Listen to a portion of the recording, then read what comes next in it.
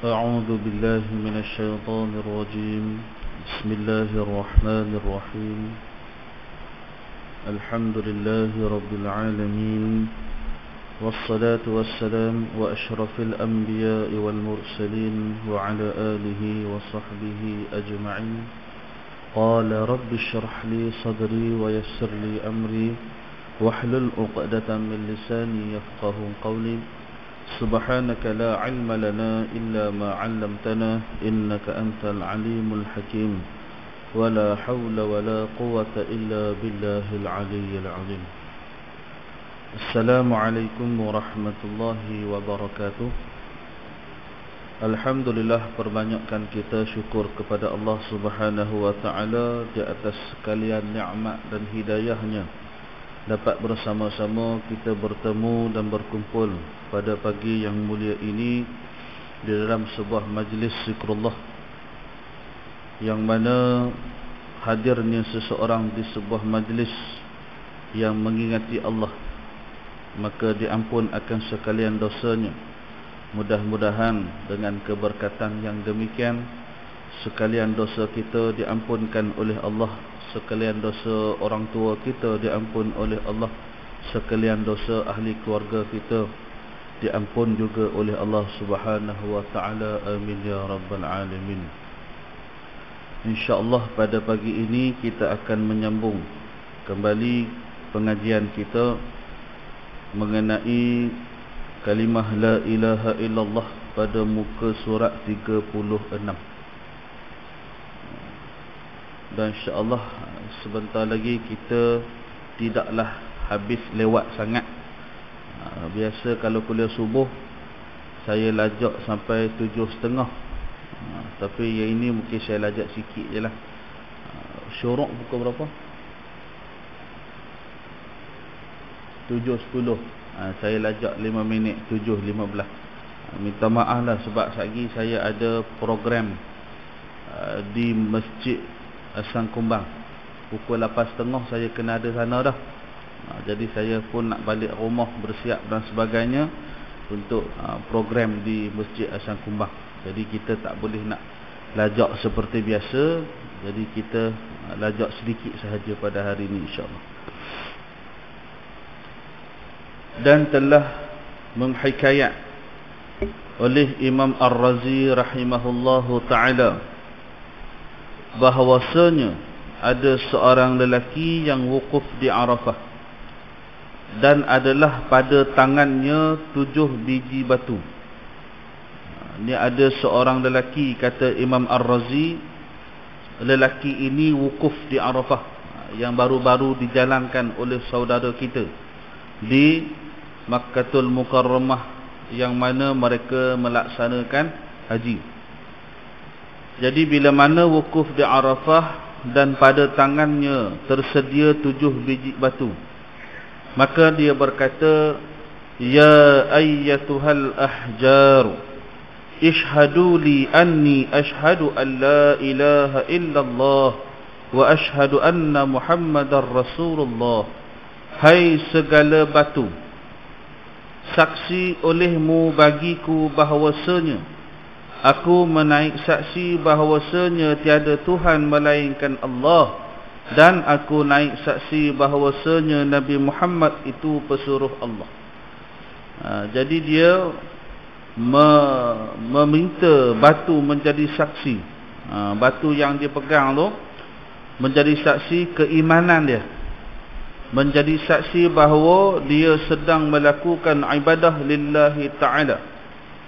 Kemudian dia tidur. Maka melihat ia di dalam tidurnya seolah-olah hari kiamat sudah berdiri dan dihisab akan lelaki itu, maka telah wajib baginya neraka. Ada sebahagian orang yang Allah Ta'ala berikan kepada dia kelebihan. Di atas dunia lagi dia telah digambarkan dengan azab yang bakal dia terima. Kalau kita mendengar kisah-kisah di Malaysia sendiri, ada sebahagian orang dia mendapat satu bayangan daripada Allah ketika mana dia tengah semayang. Ada Ada yang mendapat bayangan ketika mana dia sedang koma. Ada satu cerita berkenaan dengan seorang ustaz. Dia ni seorang ustaz, saya tak bolehlah nak sebut nama dia, nanti menjadi aib. Tapi cukup saya ceritakan untuk mendapat ibrah. Ada satu orang ustaz ni, dia koma. Pada kita kalau dah seorang ustaz, mestilah orang baik. Tak. Jadi seorang ustaz ni dia koma, dan dalam koma dia tu dia bermimpi bahawa dia dah mati. Allah Ta'ala bagi dia satu bayangan dia ni dah mati. Dan ketika mana dia diletakkan di dalam kubur, dia disiksa dengan pelbagai jenis siksaan. Sehingga kan dia teringat balik di dunia dulu, aku ni ustaz.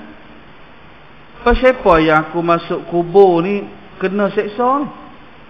Tu. Kesalahan dosa apa saya tak ingat dah. Yang saya ingat dia seorang ustaz, dan dia cerita ketika dia koma, Allah Ta'ala bagi dia mimpi dia dah mati dan dia disiksa. Maka memang ada sebahagian manusia di atas muka bumi yang Allah Ta'ala bagi kelebihan dan kesempatan. Sebahagian orang bila mana Allah nak dia kembali, Allah uji dari sudut zahir sahaja. Contohnya apa? Allah ambil anak dia, Allah ambil abang dia, Allah ambil kawan dia, Allah ambil harta dia, Allah ambil kerjaya dia. Dia tersungkur, lalu dia kembali ingat pada Allah Ta'ala. Cuma ada sebahagian orang Allah bagi bayangan terus, dengan selama ini punya dosa, kalau awak mati, sekian itu awak punya siksaan di negeri akhirat sana. Jadi bila mana dia bermimpi di dalam tidurnya, lelaki ini, kata Imam Ar-Razi, dia berada pada hari seolah-olah telah pun kiamat. Dan bila mana dihisap akan dia, dikira-kira amalan-amalan dia, maka dia ini termasuk daripada golongan orang yang wajib masuk neraka. Wajib masuk neraka ni maknanya orang yang banyak dosa dari pahala. Seperti mana yang telah saya terangkan pada minggu lepas, berkenaan dengan seorang Muslim itu dia ada 3 golongan. Yang pertama golongan mukmin, yang kedua golongan fasik, yang ketiga golongan munafik. Jadi golongan mukmin sahaja yang dapat masuk syurga tanpa merasai azab api neraka. Adapun bagi orang fasik, dia ada kemungkinan besar kena celup dulu dalam neraka, lepas tu baru masuk dalam syurga. Sehingga bila mana Rasulullah menceritakan bagaimana keadaan seorang lelaki yang paling miskin di dalam syurga kepada para sahabat radhiyallahu ta'ala anhum ajma'in. Rasulullah cerita seorang lelaki, dia ni beriman, cumanya banyak dosa dia.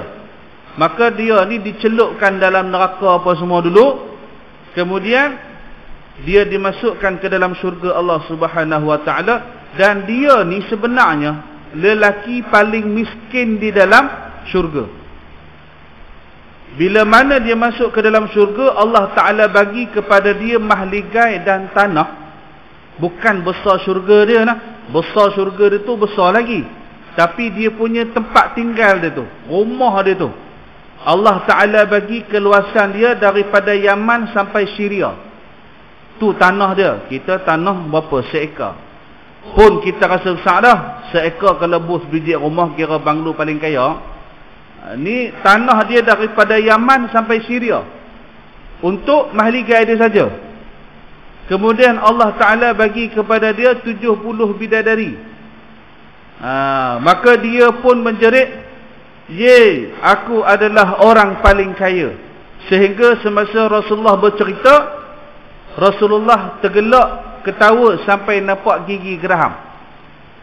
Makna kata bukan sekadar sengih lah. Kita kalau sengih hehehe, ni sampai nampak geraham tu kira Rasulullah gelak sungguh lah.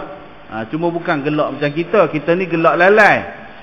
Rasulullah ni ketawa kerana mengingatkan bahawa lelaki tu dia rasa dia paling kaya dah dalam syurga.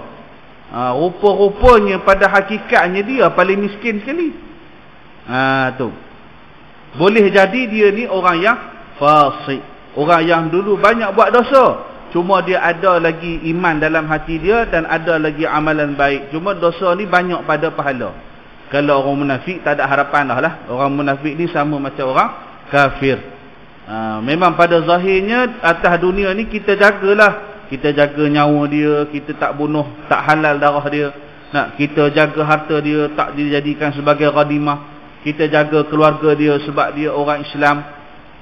Jadi di akhirat baru dihukum kepada kedustaan iman dia kepada Allah Subhanahu wa taala.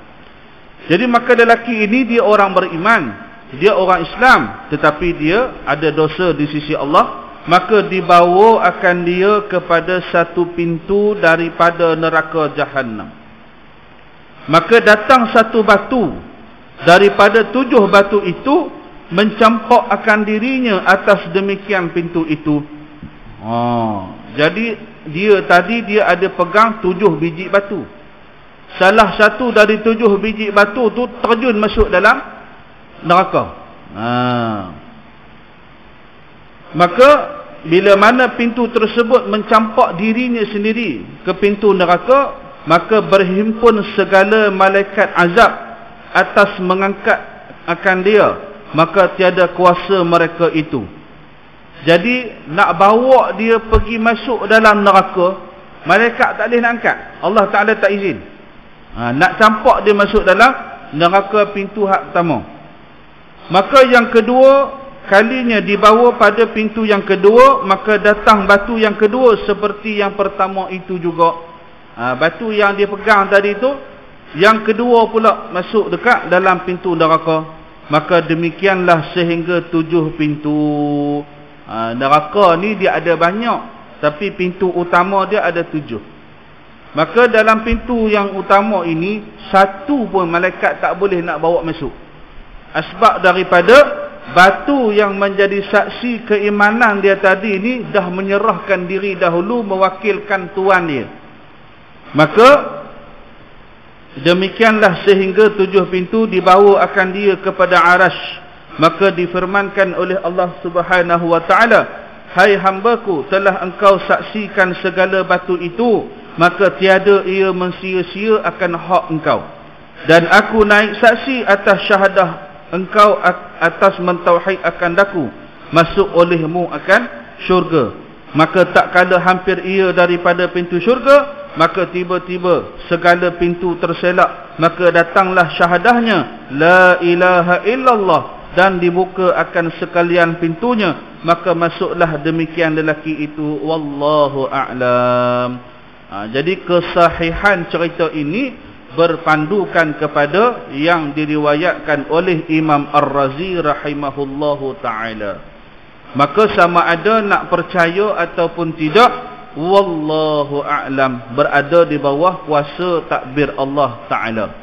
Sebab ramai orang di akhirat kelak yang wajib masuk neraka, nama dia ada kat pintu neraka, list dia memang list penghuni neraka, tetapi Allah tak izin dia masuk neraka.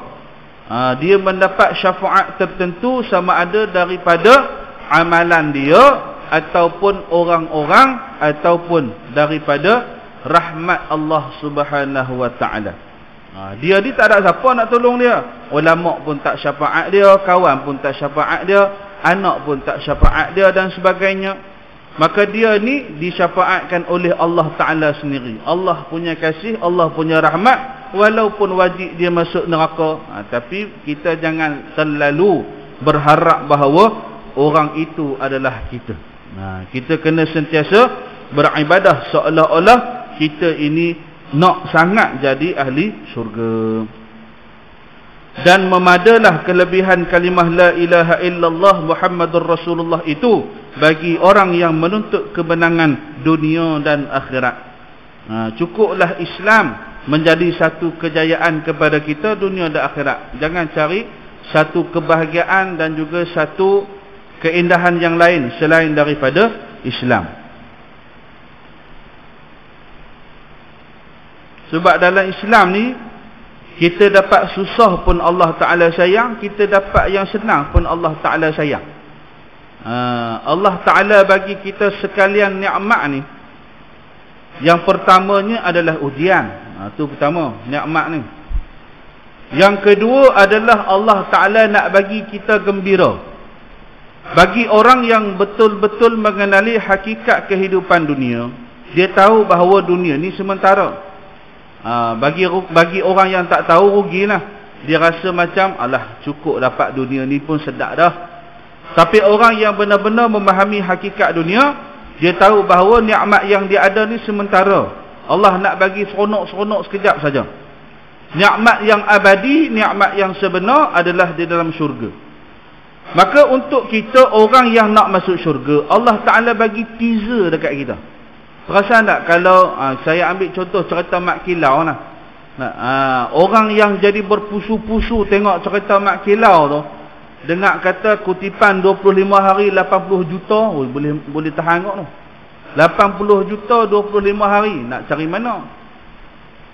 Maka kita kembali kepada pengiklanan dia. Teaser dia. Apa yang dia paparkan kepada kita. Paparan sebenar kena masuk panggung wayang. Itu paparan sebenar. Tapi dia jadikan satu teaser. Tuan-tuan tahu kot maksud teaser tu apa? Dia macam satu video pengiklanan.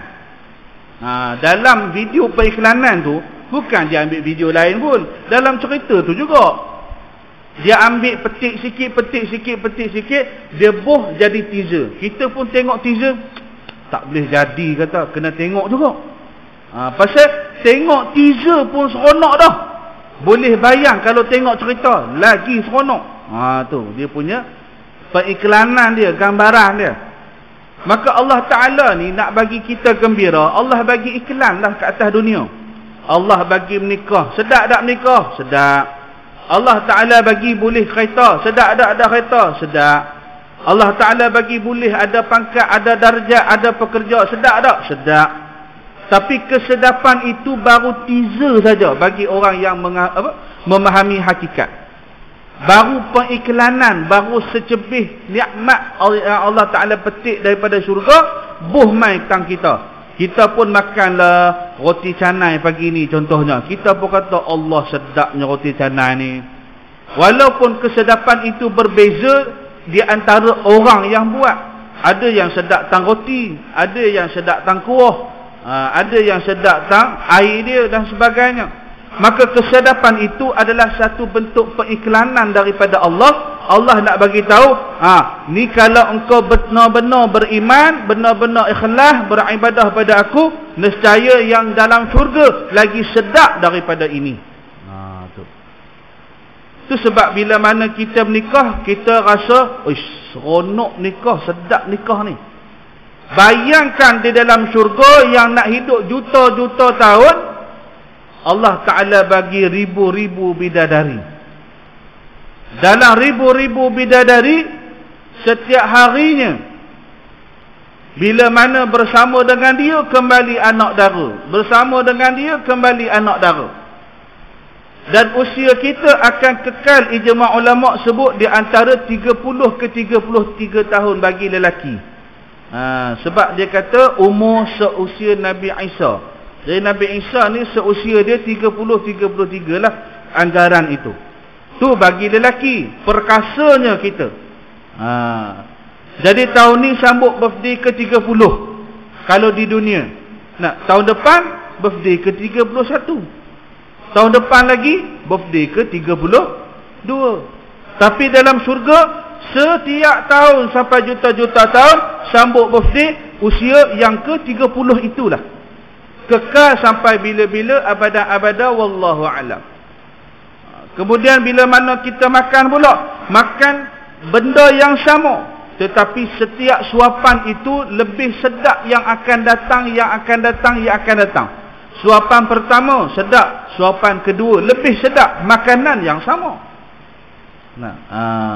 Kadang-kadang kalau orang perempuan dia tanya pula, dah ustaz, kalau lelaki dapat bidadari, orang perempuan dapat apa?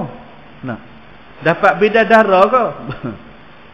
Jadi kadang-kadang pada sudut keadilan ni kita jangan tengok sama rata. Sama rata ni bukan keadilan. keadilan ini maknanya meletakkan sesuatu pada tempat dia. Kalau kita hidup di atas dunia, kalau orang lelaki, saya tanya tuan-tuan lah secara jujurnya lah, orang lelaki dia dah nikah, lepas tu dia ada tak rasa lagi nak nikah?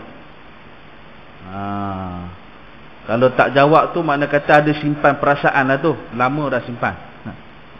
Orang lelaki ni walaupun hari ni nikah, minggu depan dia tengok, loh awet lain, masa cantik lagi pula dah, teringin cuma tak berani, termasuk hak depan ni pun rasa lagi kalau menikah hak kedua, hak pertama kata apa.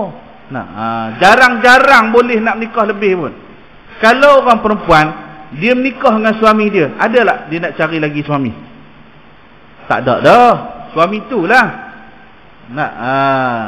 Selepas pada tu dia cari siapa pula? Dia tak cari suami, dia cari, bang jom pi Langkawi beli pinggan mangkuk, bang jom pergi kedai mah, dia beli biskut kering, dia beli biskut ketupat, dia beli segala jenis biskut, nama biskut lah mah ni. Dia beli apa lagi? Dia beli microwave, dia beli periuk, dia beli. Maka di dalam syurga sama, kita lelaki mendapatkan segala jenis keinginan yang kita nak di atas dunia, dan wanita pun sama, di dalam syurga dia akan mendapat segala keinginan yang dia nak di dalam syurga. Dan di dalam syurga Allah Ta'ala, Allah akan merahsiakan nikmat setiap satu hamba supaya yang lain ni tak berasa kecil hati sangat. Tapi dia tahu lah, dia tahu kata kalau yang syurga atas ni nikmat dia lebih lagi, nikmat dia sedap lagi pada aku. Itu dia tahu. Cuma Allah Ta'ala tak tunjuk pada dia supaya dia tak kecil hati. Cemburu tak ada lah dalam syurga. Cuma ada rasa menyesal. Pasal apa? Kalau lah aku tazkirah hari tu duduk lama sikit, mungkin syurga aku ke atas dah. Kalau lah aku zikir lebih sikit, mungkin syurga aku naik lagi 2 tingkat. Kalau aku sembahyang tahajud lah pada malam tersebut, mungkin syurga aku dah setara dah dapat bersama-sama dengan Nabi SAW. Begitu. Jadi di dalam syurga ini adalah satu kenikmatan yang tidak terhingga, yang mana Allah Ta'ala ambil beberapa petikan saja campak di atas muka dunia ni, bagi kita rasa dia punya pengiklanan, bagi kita rasa sedar. Sedaplah tidur dalam dunia ni, terutama kalau duduk dalam kuliah, lagi sedap tidur kata. Maka tidur di hari akhirat jauh lebih sedap daripada di atas dunia. Jadi disebabkan itulah kita kena kembali kepada Allah setiap nikmat yang kita perolehi, kerana nikmat tersebut adalah hakikatnya daripada Allah, bukan kita mendapatkan daripada manusia. Itu yang dia kata, memadalah kelebihan kalimah la ilaha illallah bagi orang yang nakkan kesejahteraan, kemenangan dunia dan akhirat. Maka perkataan Asy-Syaikh As-Sanusi telah mengandungi oleh 2 kalimah syahadah itu, serta sedikit hurufnya, akan sekalian barang yang wajib atas mukallaf mengetahui akan dia daripada segala aqaidul iman yang 60 pada hak Allah Ta'ala dan pada hak segala Rasul alaihimussalatu wassalam. Dalam 2 kalimah syahadah ni, dia ada yang dipanggil sebagai aqaidul iman.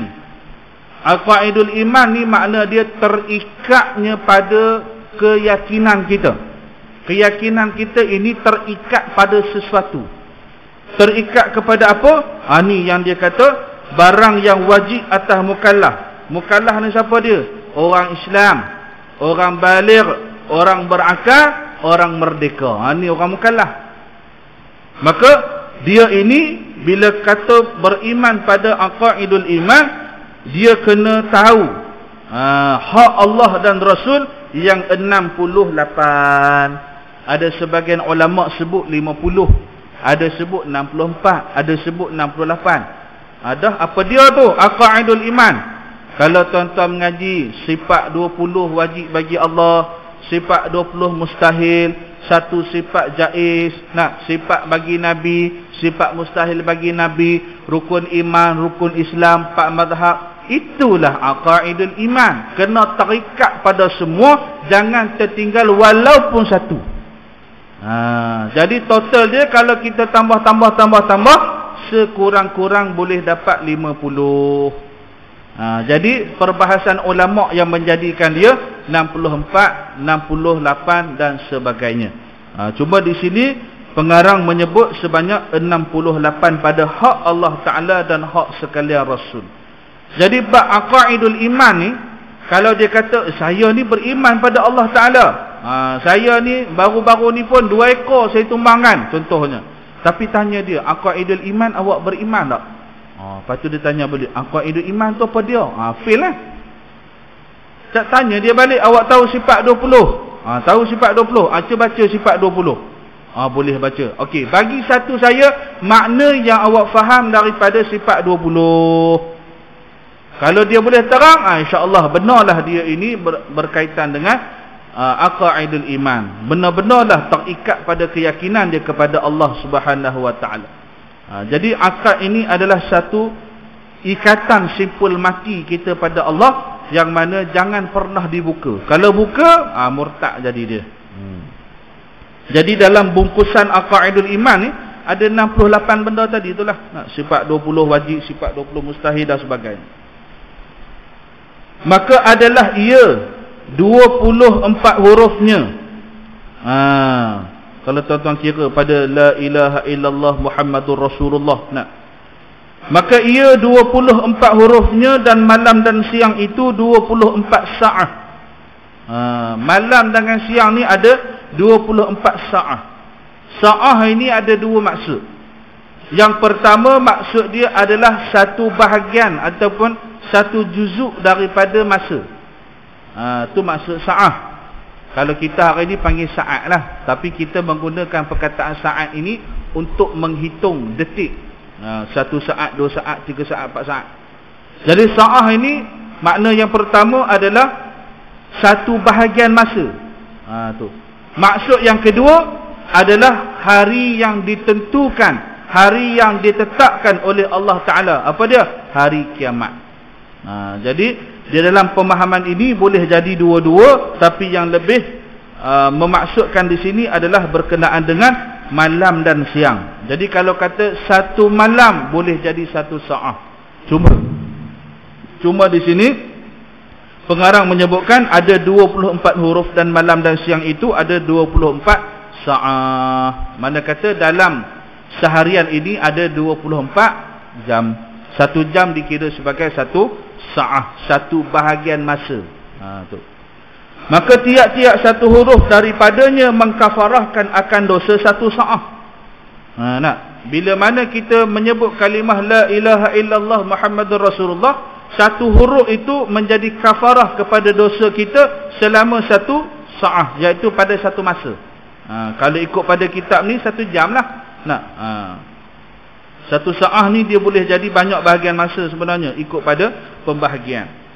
Dan adalah segala hurufnya jaufiyah. Jaufiyah ni kalau kita mengaji tauhid, dia ada huruf jauf, iaitulah huruf yang keluar daripada rongga mulut. Ni jauf.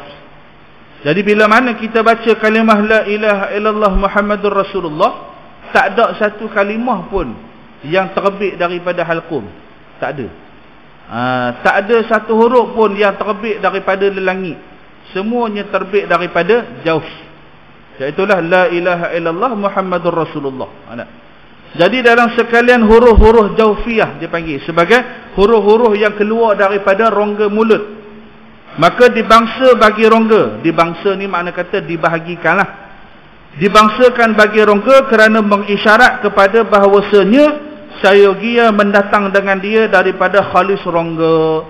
Maka daripada mulut ini yang disebut sebagai jaufiyah mengisyaratkan bahawa datang ia.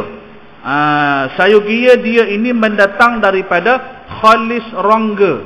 Khalis rongga ini maknanya satu bentuk. Khalis ni makna dia ikhlas maknanya. Khalis ni bentuk dia bersih. Maka khalis rongga ini dia menuju kepada asal usul daripada datangnya dia. Maka yang terbit daripada mulut ni, dia punya asal dia datang dari mana? Datang daripada hati. Tu disebut kat sini dengan dia daripada khalis rongga, iaitu hati. Tu sebab bila mana kalau ada orang yang dia kata saya ni mulut je jahat tapi hati baik, bohong. Sebagaimana hati, sebagaimana itu mulut. Sebagaimana mulut, sebagaimana itulah hati. Tak ada beza, dua-dua sama. Sebab terbit dia itu daripada sumber yang asal, iaitulah hati dia. Jadi kalau hati yang baik, keluar perkataan yang baik. Kalau hati yang jahat, wallahu a'lam, keluarlah perkataan-perkataan yang batil. Dan adalah segala hurufnya tiada bertitik isyarat kepada bahawasa sayogianya bagi orang yang melafaz dengan dia bahawa sunyi hatinya daripada barang yang lain daripada Allah Subhanahu wa ta'ala.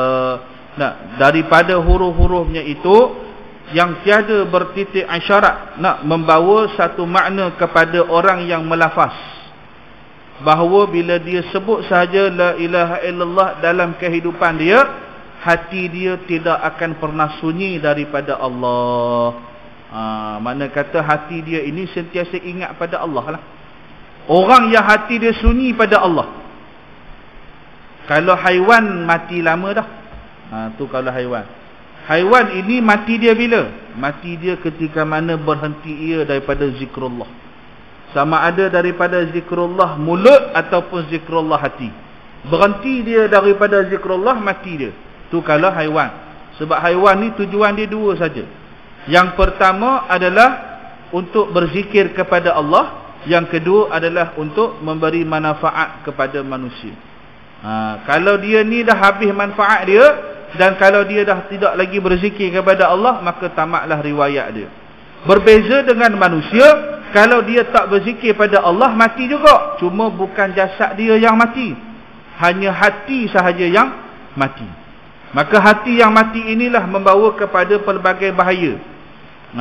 Sebab nanti yang menghuni dan yang menghidupkan ia adalah syaitan la'natullah. Syaitanlah yang akan menyuburkan hati dia dengan pelbagai perkara-perkara yang nifak. Maka jadilah dia seorang Islam, tetapi seorang Islam yang mana hati dia tak ada pada perjuangan agama. Jadilah dia seorang Islam, bila mana mendengar agama dihina, dia rasa macam benda itu perkara yang biasa. Itu sebab kalau kita tengok dalam filem lawak, kalau kita tengok dalam filem orang putih ke filem orang Cina, mereka selamba je hina agama sendiri. Hina apa nama ni, contoh kalau tengok cerita-cerita aksi orang putih kadang-kadang tu dia tunjukkan satu babak ataupun satu scene tu, gereja dijadikan sebagai tempat menyimpan senjata-senjata. Gereja dijadikan sebagai tempat simpan harta-harta haram yang mengaut kepada keuntungan peribadi seseorang. Kalau kita tengok dalam filem tu kata, kira jahatlah gereja ni. Tu. Tapi depa ada tak buat bantahan? Ni gereja kami dihina, gereja kami dihina. Tak ada, depa tak rasa apa. Yang pertama memang agama depa batil dah. Yang kedua memang hati dia mati. Dia rasa benda tu biasa buat melawak. Tu sebab baru-baru ini bila mana viral berkenaan dengan sebuah kelab komedi, dia buat lawak berkenaan dengan bangsa dan agama. Orang yang duduk situ bila dengar sahaja agama dan bangsa dihina, dia boleh gelak ketawa. Dia rasa macam alah biasalah, profesional lah sikit, alah open minded lah sikit. Nampak? Bukan soal open minded ke tidak, hati tu dah mati. Tapi bagi orang yang hati dia hidup, Rasulullah sebut, kalau disebutkan nama Allah dekat depan dia, maka tiba-tiba hati dia dan badan dia rasa bergetar. Kenapa bergetar? Sebab dia faham hakikat Allah tu siapa dia. Kalau kita dulu kecil-kecil nak tuan-tuan, zaman saya kecil-kecil lah, zaman tuan-tuan sekolah dulu, kita duk main dalam kelas, nak main tuju kasut ke, duk main lompat tali ke, main buah lah dalam kelas, duk main buah. Kira nakal lah ni. Tiba-tiba seorang pelajar, kawan kelas kita, dia kata, cikgu main. Apa jadi kat kelas tu? Daripada tadi bersepah berterabak, tak dan 5 saat, meja elok dan pelajar semua duduk. Cikgu masuk, senyap semua. Itulah getak. Dengar cikgu. Cikgu mana tak tahu lagi. Nak entah cikgu besar ke, cikgu kecil ke, nak cikgu yang mengajar ke, cikgu kelas ke, cikgu mana tak tahu. Tapi dengar perkataan cikgu tu habis teratur semua. Maka begitulah kita orang Islam bila tengah duk buat benda yang batil, benda maksiat, benda yang tak elok ataupun lalai dan sebagainya, sebut saja Allah, terus kita kembali, kita teringat balik bahawa Allahu Akbar, apa yang aku buat ni tak boleh ni, apa yang aku buat ni silap ni. Maka ketika itulah juga bila mana kita baca kisah Nabi Yusuf alaihi salam. Nabi Yusuf alaihi salam yang termakan godaan ibu angkatnya. Ketika mana Zulaikha menarik Yusuf alaihi salam untuk melakukan zina bersama dengan dia, Yusuf alaihi salam tak nak. Tetapi pada sudut batin hati dia, pada sudut tulang dalam dia, masih ada juga rasa mak angkat aku ni lawa. Maka di situ dia terlalai. Bila dia terlalai sekejap, maka Allah Ta'ala utuskan Jibril alaihi salam menyerupai ayahnya Nabi Ya'qub alaihi salam. Tepuk dada dia, tepuk dada dia, ittaqullah, takutlah kepada Allah. Maka Nabi Yusuf alaihi salam melepaskan Zulaikha dan terus menuju ke pintu nak keluar. Saat itulah yang Zulaikha tarik baju belakang terkoyak. Bila terkoyak baju belakang, buka pintu, lah pak angkat dia berdiri dekat depan. Itulah jadi kisah yang panjang berkenaan dengan Yusuf alaihi salam. Jadi kita manusia sama. Itu sebab adanya azan hak 5 kali itu adalah untuk memanggil kita. Kita lalai dalam urusan dunia, kita lalai dalam bab kerja, kita lalai lah. Lalai ni makna bukan buat maksiat. Lalai ni kira kita leka daripada zikir, leka daripada ibadah. Maka bila mana datangnya azan kepada kita, Allahu Akbar, Allahu Akbar, apa kita jawab? Allahu Akbar, Allahu Akbar. Walaupun hukum dia sunat. Walaupun ada sebahagian orang dia kata, jangan bersembang tiap azan, nanti mati tak boleh ucap kalimah syahadah. Itu palsu lah. Sebab kalau nak cakap tiap azan ni boleh, tak ada masalah. Cuma sunat dijawab kembali azan yang dilaungkan sebagai tanda kita hormat kepada azan. Dah ustaz, kalau azan kita kena berdiri ke? Tak payah. Tak payah berdiri. Jadi orang yang masuk Jumaat, yang bila mana tengah azan yang dia berdiri tu, itu dia berdiri sebab ikut hadis Nabi. Nabi kata jangan duduk dalam masjid selagi mana belum solat 2 rakaat, iaitulah sunat tahiyatul masjid. Bukan sebab hormat kepada azan tu. Azan tu kena hormat dah.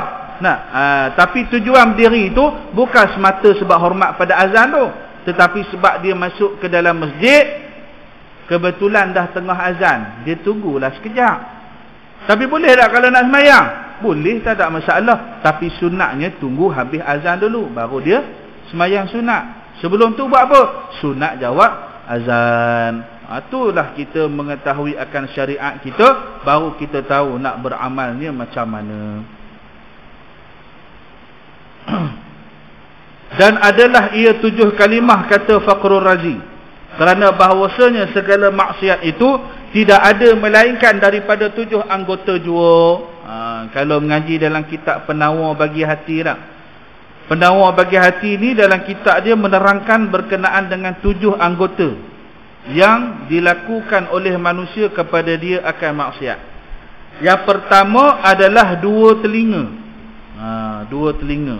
Panca indera lah 2 telinga. Mendengar perkara yang batil. Contohnya apa? Mendengar umpatan, mendengar fitnah, mendengar muzik yang melalaikan. Tu.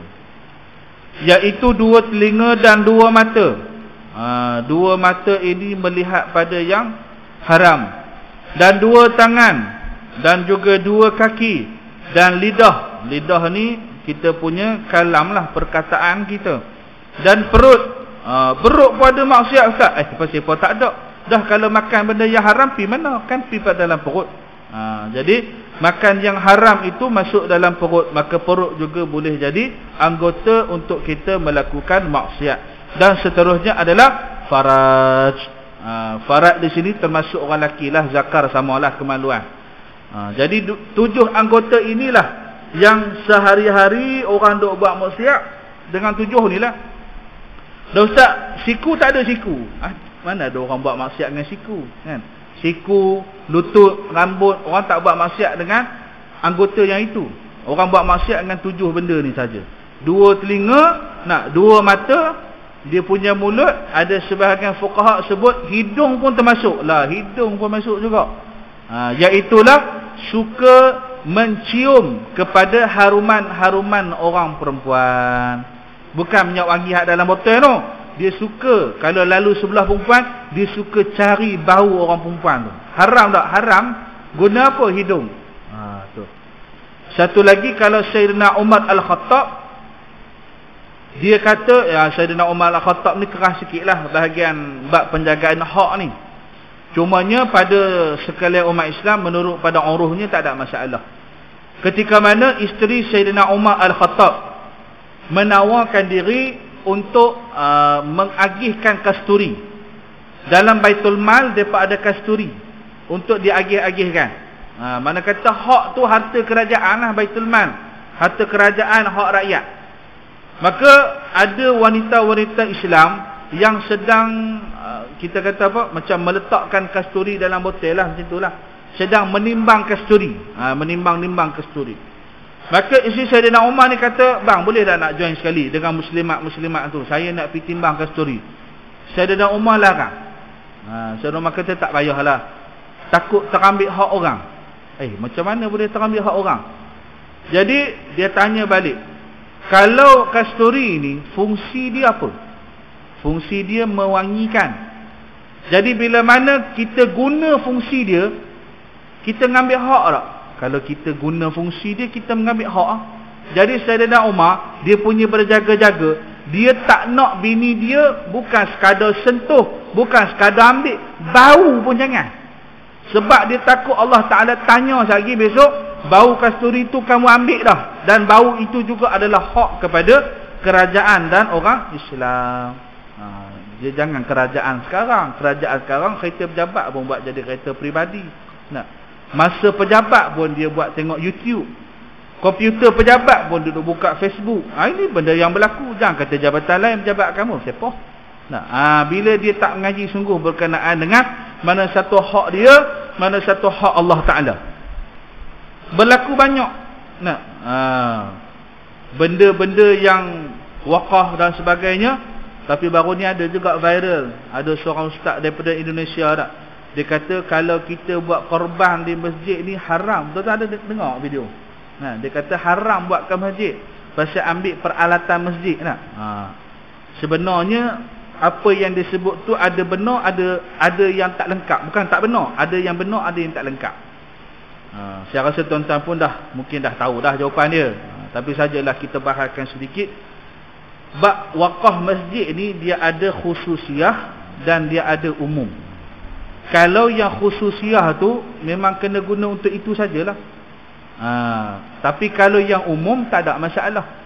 Dan juga mengikut pada uruf kita. Uruf kita nak buat korban ni peribadi ke jemaah? Kalau dia memang betul buat peribadi, seorang dia je buat dekat masjid, seorang dia je. Lepas tu habis segala peralatan masjid, dia tak minta pun dengan pengerusi, dengan situ usaha, dengan bendahari, dengan tok imam, tak khabar sekupang tak beritahu. Jadi itu yang haram. Yang tak haram sana, kita buat secara jemaah dan memang masjid sendiri pihak pengurusan bersetuju. Bila pihak pengurusan bersetuju, tak haram dah lah. Harta wakaf ini dia punya kegunaan dia adalah untuk manfaat qaryah. Jadi kalau tidak dimanfaatkan pada qaryah, lagu mana? Tu sebab dulu sebelum ni ada orang dia marah tau. Dia kata masjid ni duit banyak tapi kedekut, orang minta beli susu anak pun tak bagi. Yang itu betul lah, pihak masjid tak bagi. Jangan kita silap faham bahawa macam duit masjid ni macam duit zakat. Tak. Duit masjid ini adalah khususiah dia untuk masjid.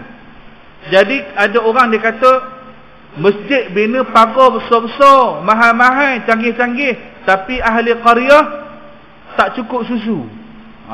Kalau dia berpandangan begini silap. Sebab memang orang bagi duit kat masjid ni memang suruh buat pagar. Buat pagar yang canggih, buat pagar yang cantik. Supaya apa? Supaya selesa datangnya orang nak ibadah. Dah kalau tak ada pagar, siapa-siapa boleh masuk. Jangan kata orang, babi pun boleh melintah. Di sini ada babi tak? Ada?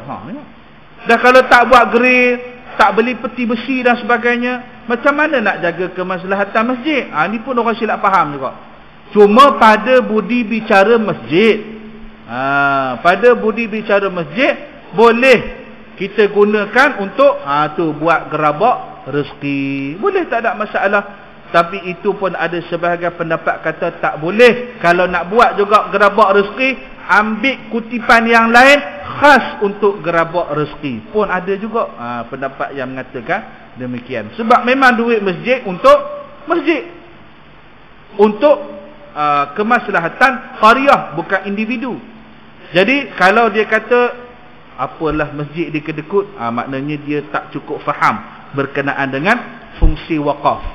Bagi dekat dia kitab I'anatul Talibin, suruh dia mengaji bab wakaf, baru dia tahu. Kalau dah memang masjid tu Kedekut tak mampu, itu cerita lain. Tapi ini bila mana dia mempertikai berkenaan dengan perbelanjaan masjid untuk masjid, Allah, cerita lain dah pula, kan? Kalau kata masjid tu belanja, kita buat trip, ahli pengerusi, ahli jawatan kuasa, kita pergi melancong ke Sydney, pakai duit masjid, itu bolehlah petikai. Pasal itu kepentingan peribadi. Tapi kalau dah buat untuk masjid, karpet dan sebagainya, pun ada orang komplain. Dia kata apa, masjid nak letak karpet cantik-cantik, tapi anak karya lapar kat rumah dan sebagainya. Itu cerita pejabat lain lah. Fungsi masjid untuk masjid. Cumanya yang dia kata korban tak boleh laksana tu tak berapa tepat lah. Sebab mengikut pada uruf kita, benda tu boleh dilakukan, tidak ada masalah. Tu bab lain lah kalau bincang. Dan lagi isyarat, tak apa kita berhenti sekadar itulah. Maka tiap-tiap satu kalimah daripadanya mengkafarahkan akan maksiat satu anggota. Jadi kita ini bila mana buat maksiat dengan 7 anggota tersebut, dengan mengucapkan kalimah tauhid, boleh mengkafarahkan akan dosa-dosa sekaliannya. Wallahu a'lam. Sekadar itu pada hari ini, dan kita akan menyambung kembali pada bulan dan hadapan pada kuliah maghrib. Wallahu a'lam. أقول قولي هذا وأستغفر الله العظيم لي ولكم ولسائر المسلمين والمسلمات فاستغفروه إنه هو الغفور الرحيم. أعوذ بالله من الشيطان الرجيم. بسم الله الرحمن الرحيم. الحمد لله رب العالمين والصلاة والسلام وأشرف الأنبياء والمرسلين وعلى آله وصحبه أجمعين. ففهمناها سليمان وكلا آتينا حكما وعلما وسخرنا مع داود الجبال يسبحن والطير وكنا فاعلين. سبحانك اللهم وبحمدك أشهد أن لا إله إلا أنت ونستغفرك ونتوب إليك. وصلى الله على سيدنا محمد وعلى آله وصحبه أجمعين والحمد لله رب العالمين. السلام عليكم ورحمة الله وبركاته.